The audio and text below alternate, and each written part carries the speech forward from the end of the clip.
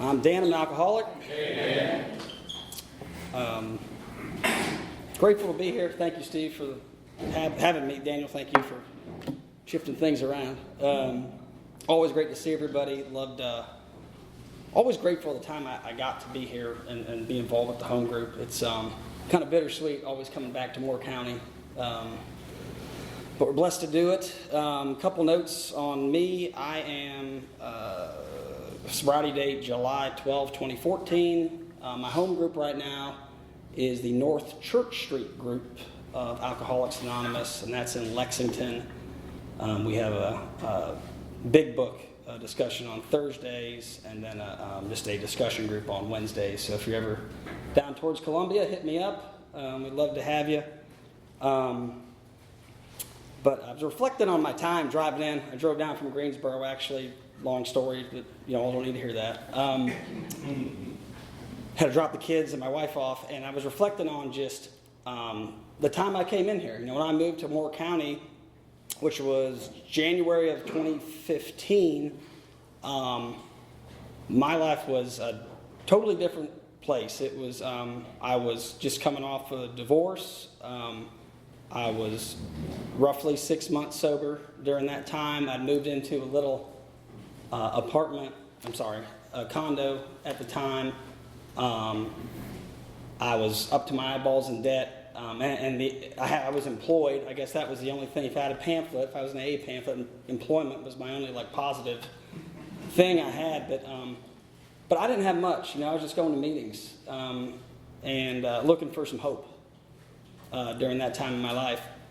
And I say all that to say I sold Alcoholics Anonymous short. My expectation coming into AA, I didn't know what it was, but I sold it so short. I sold the fellowships short. I sold the home group short. The power of God by far completely short. And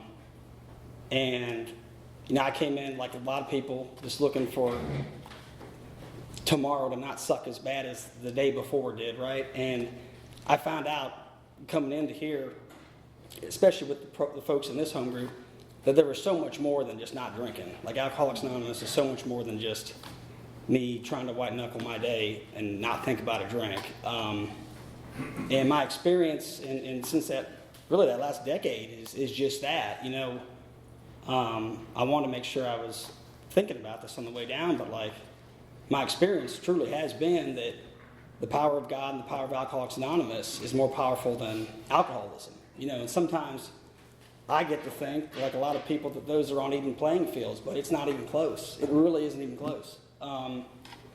So I'll tell you a little bit more about me. I was born in Ohio.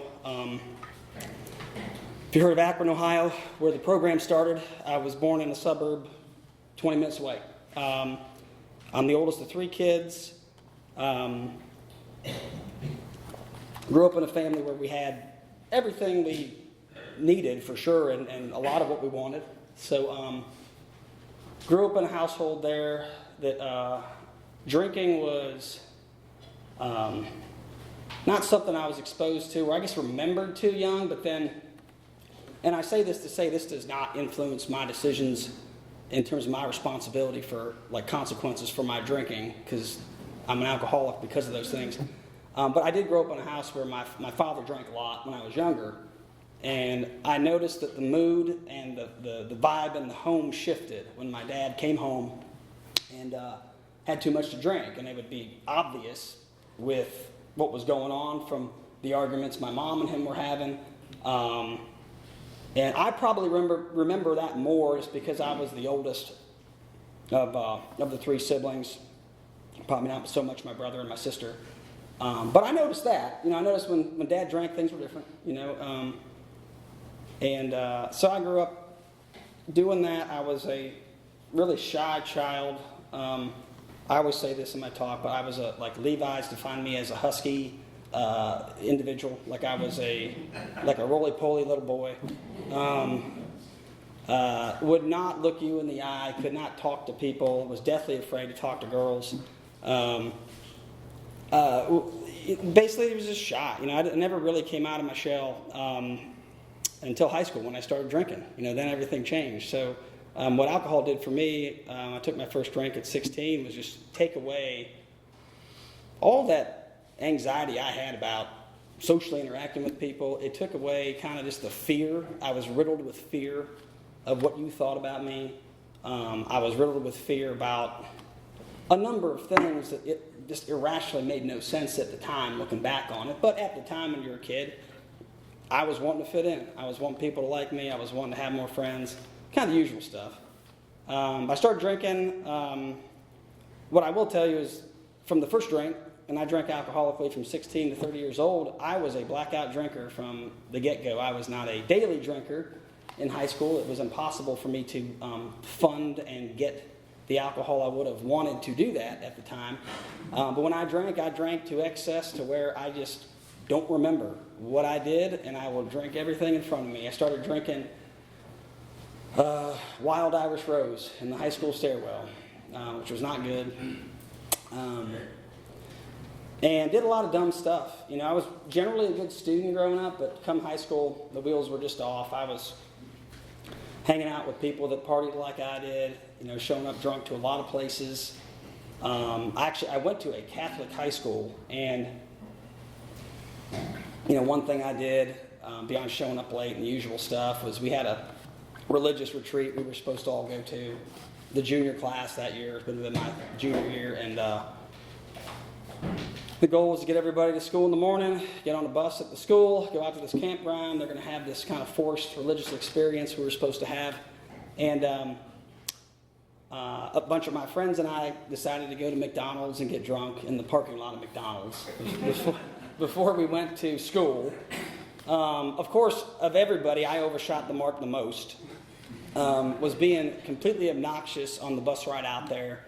I don't know how I wasn't thrown out before the bus got there, because I was just all out belligerent, falling over into the wall in the bathroom when we got there, and all I remember is the last thing I remember, and kind of going into my blackout, was I kind of just sauntered out of the bathroom at the religious retreat, walked right to the front where there was a pastor or some kind of preacher that was going to talk, and his face planted right in front of him.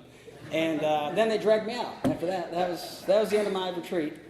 So I ended up locked in the principal's closet, drinking water out of a Dixie cup. And my mom picked me up, and that was not a very fun car ride home. But that's the type of stuff.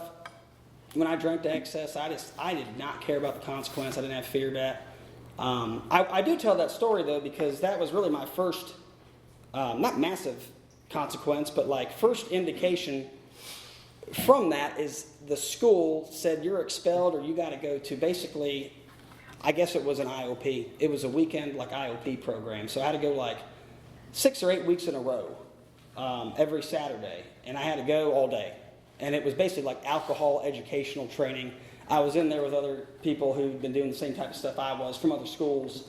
And at the end of the assessment, my dad came with me for the last one. And folks doing the assessment, you know, the professionals said, hey, you know, based on what we're seeing out of him, he could be an alcoholic. He may have a problem. And my dad kind of brushed it off and was just like, no, he's just partying. This is what he's doing. But that was the first probably like light bulb that went on that I just completely blew by. That like, oh, you know, at that young, people can kind of pick me out of the lineup, you know. But anyway, got into...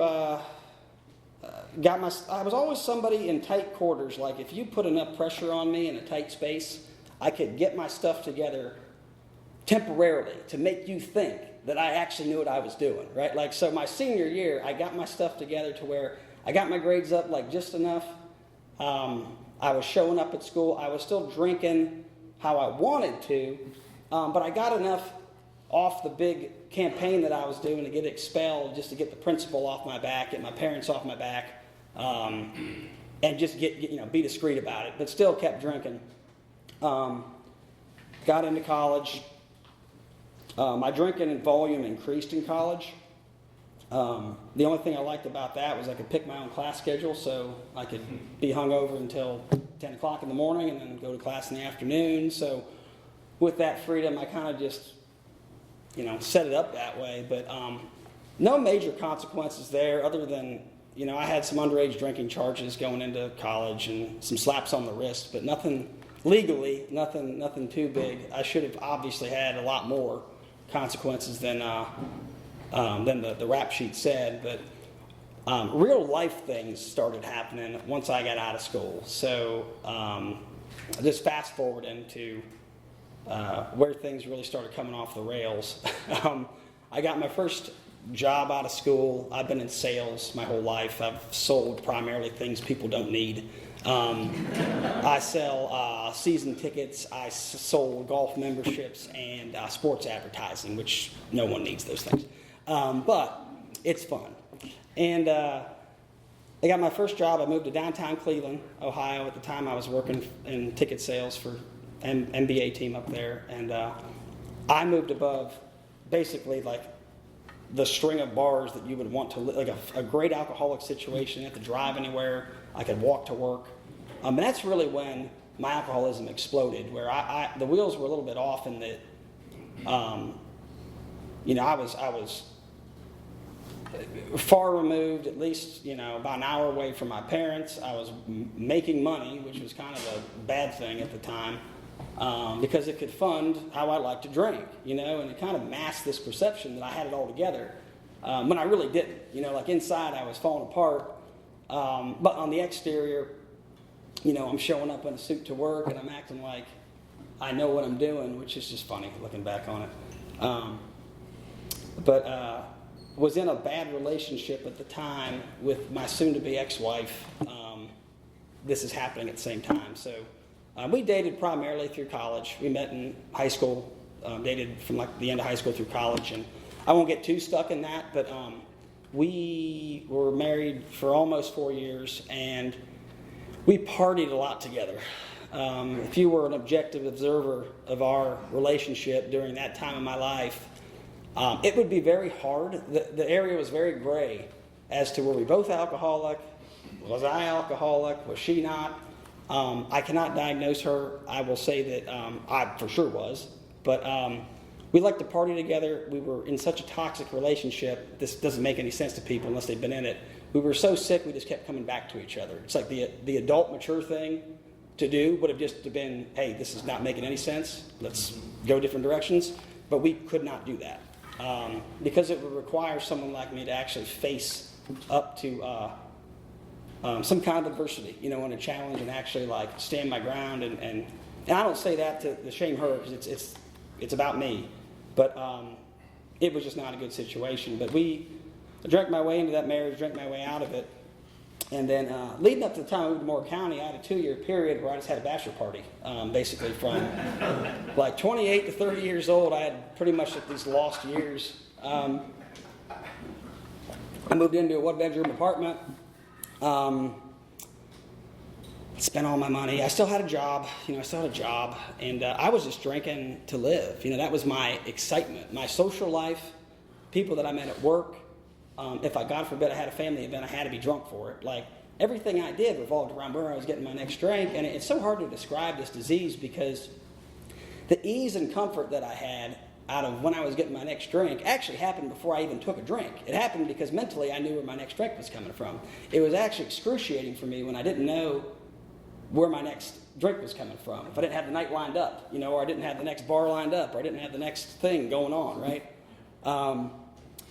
So from 28 to 30, I drank. I surrounded myself with a lot of people who I would say were heavy drinkers. I don't know, if they, I don't know. But they drank a lot like I did. I'll say that. And just kind of got lost, in that whole phase of my life. To where it was fun until it wasn't. Like a lot of us coming in, it was fun until it wasn't. This time of year is always reflective for me because it's literally the time of year leading up to my anniversary where I just kind of, was really at my worst. My volume I was drinking towards the end, like towards the last month, I was drinking every day, and it wouldn't really matter if it was beer, vodka, whatever you throw in front of me. I distinctly remember one of the last days, it was probably the last day leading into my anniversary, was I was playing golf, and I was driving home from playing golf, and I always drank when I was golfing. I couldn't do that sober.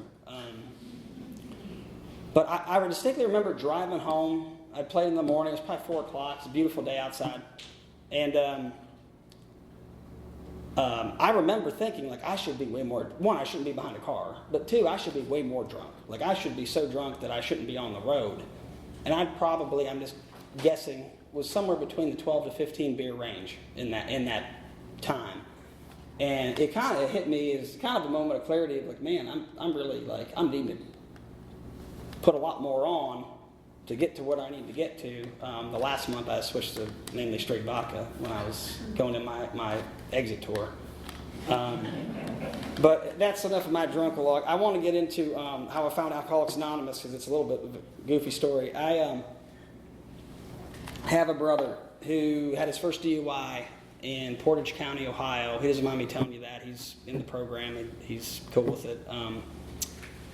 And he went to jail. He did basically his first DUI. He got the max that he could get for everything.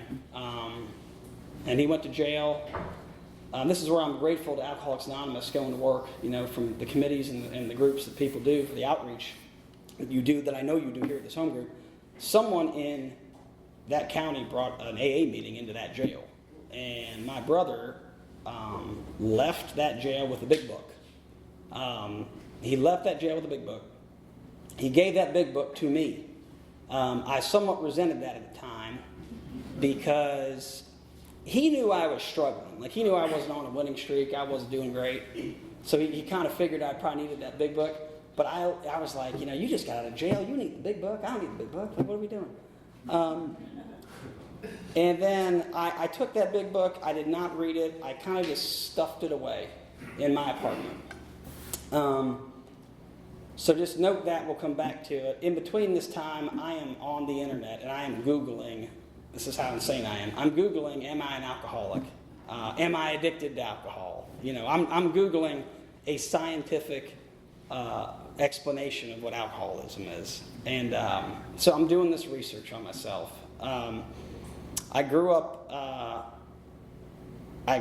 and it's not throwing shade about how I grew up in a Catholic church, so I ended up going to visit a priest at the time because I was just desperate. I'm like, hey, I'm going to go talk to this guy. Maybe he's got a spiritual solution for me.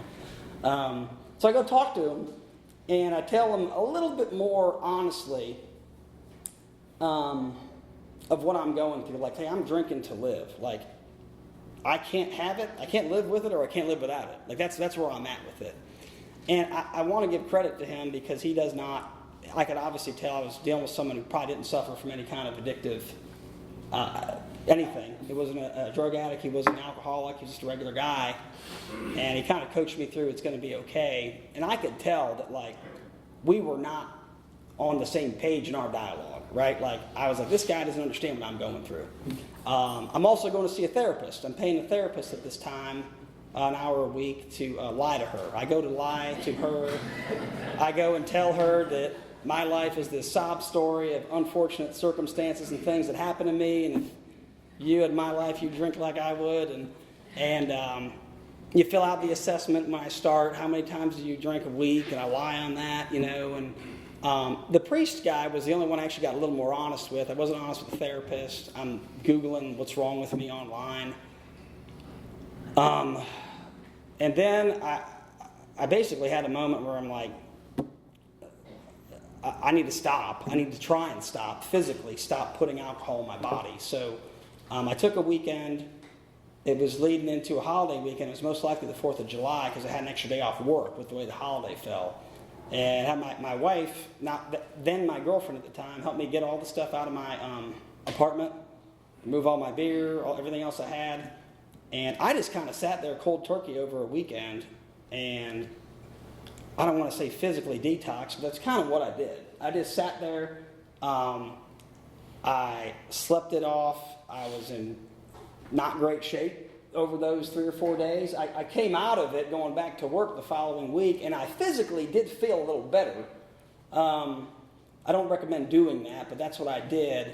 But then I went another week leading into what would be me going to AA, and I'll tell you about that, was just not drinking, just like holding on to my steering wheel, hoping that it doesn't pull into the gas station, like on the way home. I did not have a soul that I knew in Alcoholics Anonymous. I did not know anybody who referred me to Alcoholics Anonymous. I didn't know where an Alcoholics Anonymous meeting was. I do need to go back to that portion of the big book that was in my apartment.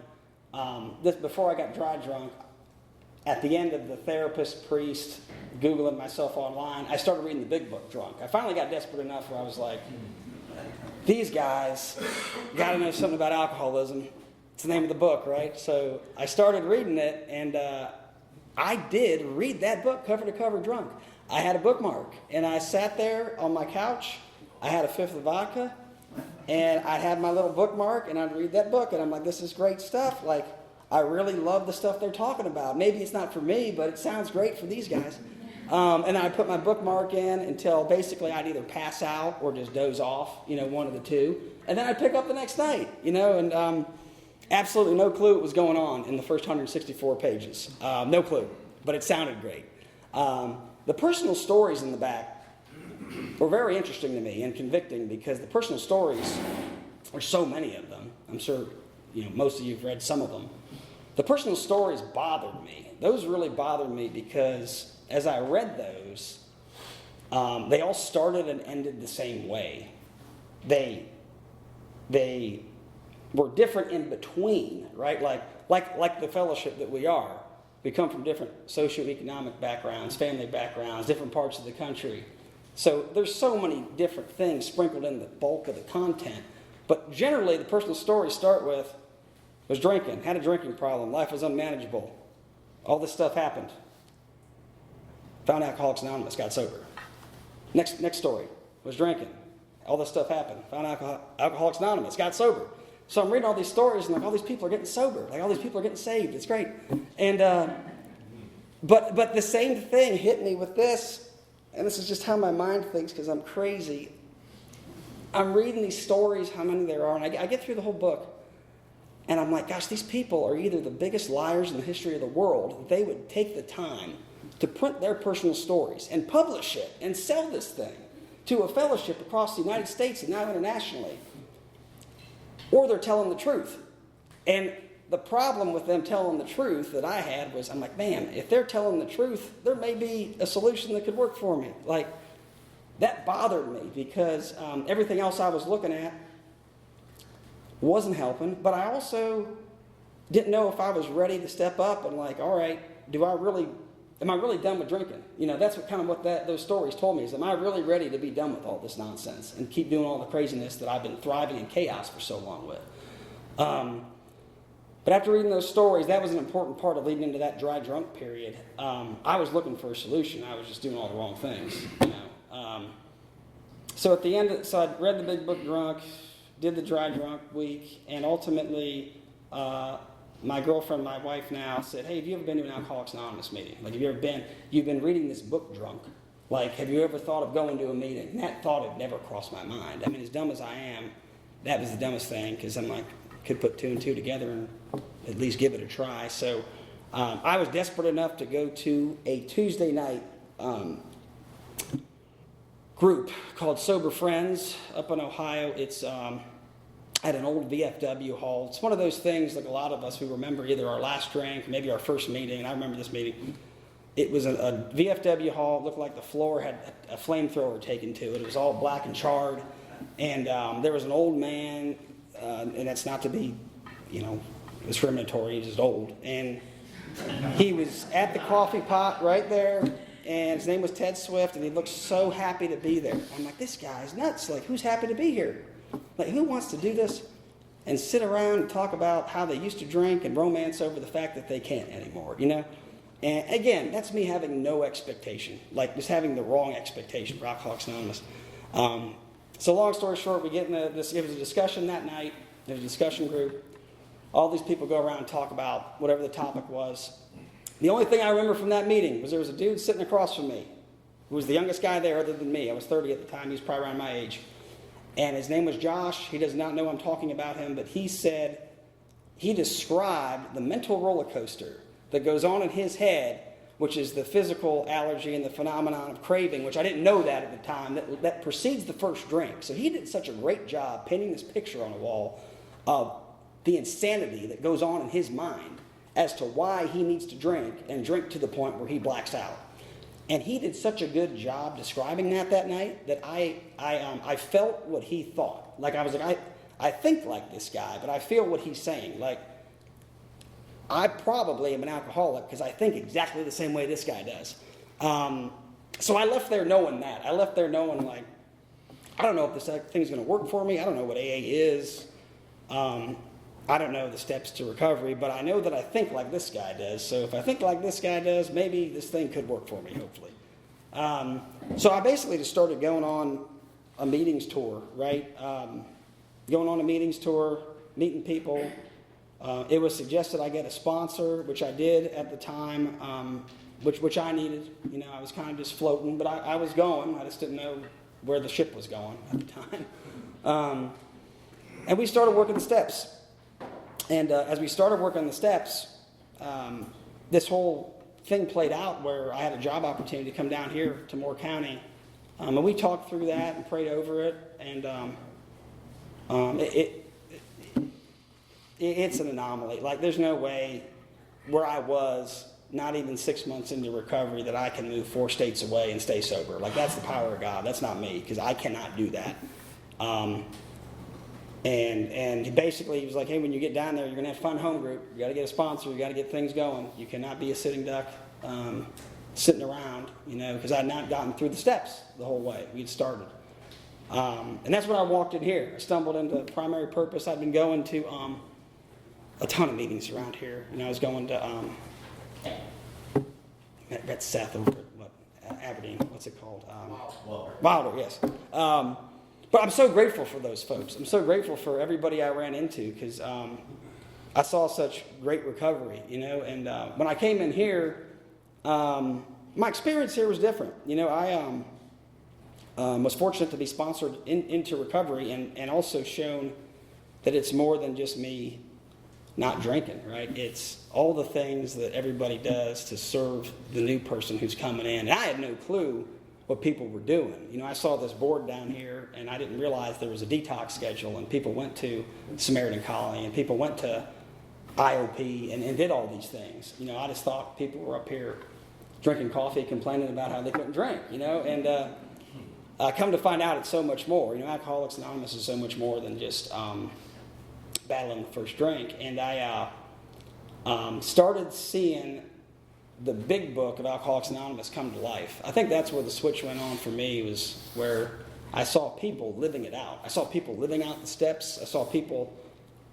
practicing principles in all their affairs, like in their lives outside of the 1 hour we spend with each other in the meeting room, you know. And that was very convicting, because I know how I was living at the time. I wasn't drinking, but, you know, I just had such a poor perception about life at the time. You know, I was always a person who thought the next shoe was going to drop, and I always thought about the worst possible scenario was going to happen, that it would.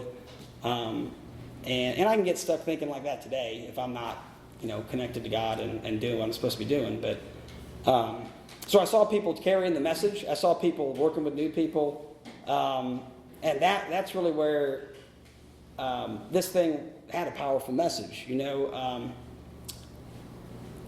it was a complete blessing to be involved here for 3 years with the relationships I have now, and with the people I got to see and meet, and hopefully share something to help somebody. You know, you never know. But from there, moved back to Ohio, and I spent about 5 years. You know, we're from there originally, and I was still involved with the group up there. Was chairing up there, and actually going to the detox I went to in the 5 years I was there, interestingly enough, is the detox, it's shut down now. The hospital's shut down now, but it was St. Thomas Hospital, which was actually I guess it's the first, before it was like detox, like the first alcoholic treatment ward with Sister Ignatia that Bill and Bob like got going up there, which was kind of cool. They had so many cool AA relics and memorabilia about the history, you know. So I would go in there and be on my group and continue to carry the message. But from there, had an opportunity to move back down south to Columbia, where we're at now, you know, to be involved in again, another sales job that selling stuff people don't need. And but got hooked up with an AA group. I will tell you the transitions are tough. The transitions are tough because of the people, because of the relationships. It's tough to, all right, be the new guy again and go to a bunch of meetings and try and meet people and get numbers and do that whole song and dance again. But I got to do it. And fortunately, I'm meeting some new people along the way to help me, in that process, because even though I have a little time, it doesn't really mean much. I mean, it's like, what am I doing today to stay sober? I know what I did a while ago, but which is great to lean back on that. But what am I doing now? What am I doing today? But God's been good. I've been blessed far more than anything I ever expected walking into this room. I was not in any position after I'd been divorced to be remarried. I had no clue what being married meant.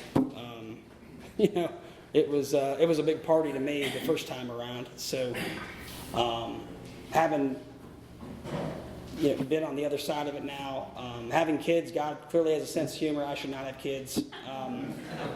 I'm a giant baby myself most days, and the fact that I'm responsible for human beings, little human beings, is clearly a sign that I need a lot more spiritual work. But it's a blessing, all of those things too, in a similar fashion to what AA teaches, is dying to self and taking time out of your day, whether it's a phone call, whether it's a meeting, whether it's sitting down with someone for coffee to think about someone else, right?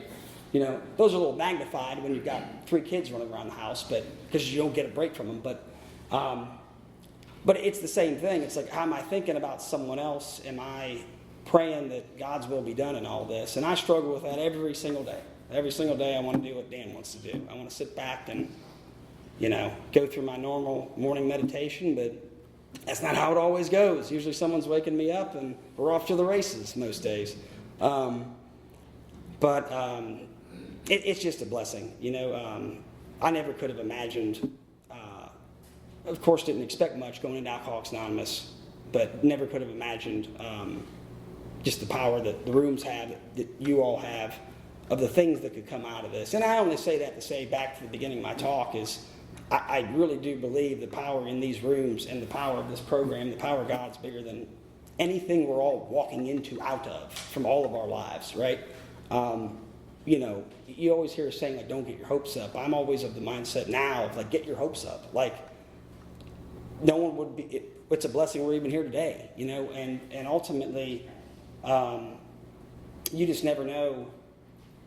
You never know when you do the next right thing what that domino effect is. And it may be something you see at the time. It's probably something people see in you before you see it yourself, But I'm grateful today. I think I'm running a little low on steam because I've been getting no sleep. We have a 4-week-old in the house.